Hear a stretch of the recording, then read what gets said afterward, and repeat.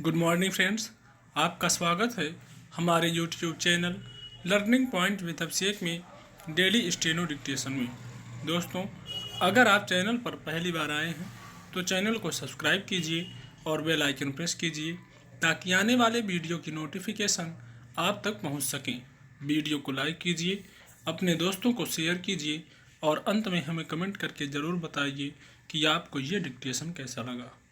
80 शब्द प्रति minute dictation start. British साम्राज्य को उखाड़ फेंकने के लिए भारत के बच्चे बच्चे को स्वतंत्रता की बलिवेदी पर हंस हंस कर अपनी जान न्यौछावर करने को तैयार करने के लिए तुम मुझे खून दो, मैं तुम्हें आज़ादी दूंगा का नारा देकर जिस महायोद्धा ने स्वतंत्रता सेनानियों के खून में शक्ति का संचार करते हुए संपूर्ण देश का अभूतपूर्व नेतृत्व किया, वह महान स्वतंत्रता सेनानी सुभाष चंद्र बोस किसी परिचय के मोहताज नहीं। उनके राजनीतिक कौशल, नेतृत्व क्षमता, अदम्य साहस एवं शौर्य का ही कमाल था कि पूरी दुनिया को अपनी शक्ति से भयभीत कर देने वाला नाजीवादी जर्मन तानाशाह हिटलर भी उनसे प्रभावित होकर अपने सैनिकों को उन्हें शाही सलामी देने का आदेश देने को बाध्य हो गया। सुभाष चंद्र बोस के अतिरिक्त भारतीय इतिहास में ऐसा कोई व्यक्तित्व नहीं हुआ जो एक साथ महान सेनापति, वीर सैनिक, राजनीति का अद्भुत खिलाड़ी और अंतर्राष्ट्रीय ख्याति प्राप्त पुरुषों, नेताओं के समकक्ष साधिकार बैठकर कूटनीति तथा चर्चा करने वाला हो।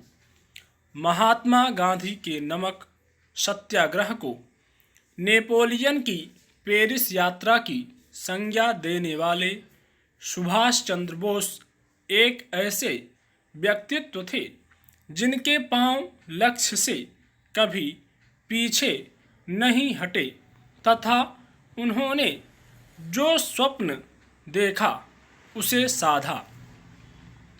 ऐसे महान व्यक्तित्व सुभाष चंद्र बोस का जन्म 23 जनवरी 1897 को उड़ीसा प्रांत के कटक शहर में हुआ था। उनके पिता जानकी नाथ बोस एक प्रसिद्ध सरकारी वकील थे जिनके पूर्वज पश्चिम बंगाल के 24 परगना जिले के केदालिया गांव के निवासी थे। सुभाष चंद्र की प्रारंभिक शिक्षा कटक में ही हुई थी। आगे की शिक्षा के लिए उन्होंने कलकत्ता के प्रेसिडेंसी कॉलेज में प्रवेश लिया। उनके पिता चाहते थे कि बोस प्रशासनिक अधिकारी बने।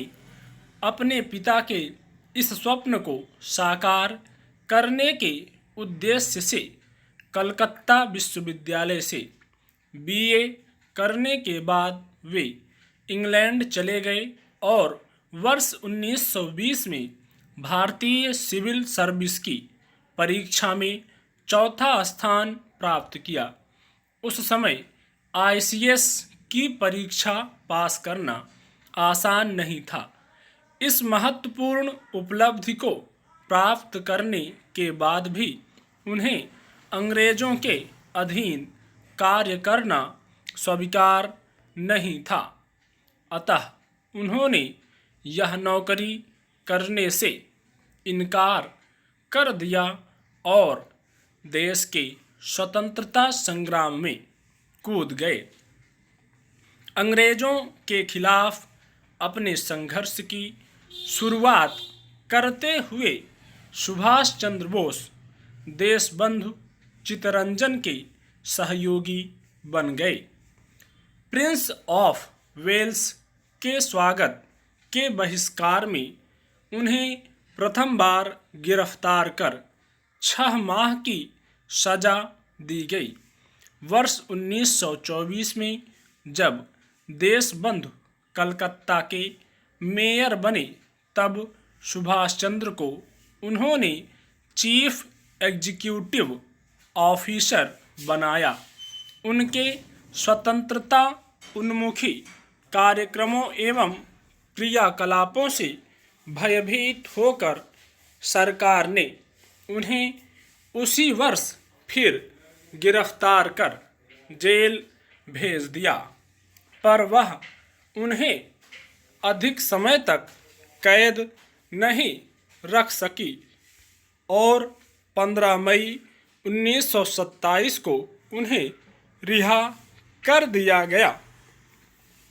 इस समय तक वे देश के प्रखर नेता बन चुके थे और उनकी ख्याति देश की सीमा को लांघकर जर्मनी, जापान, अमेरिका, सोवियत रूस जैसे देशों तक पहुंच चुकी थी।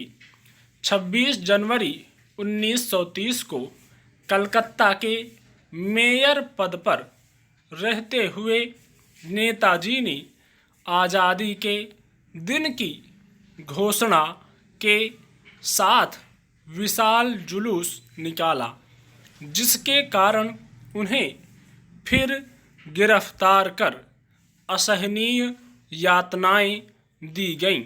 स्टॉप।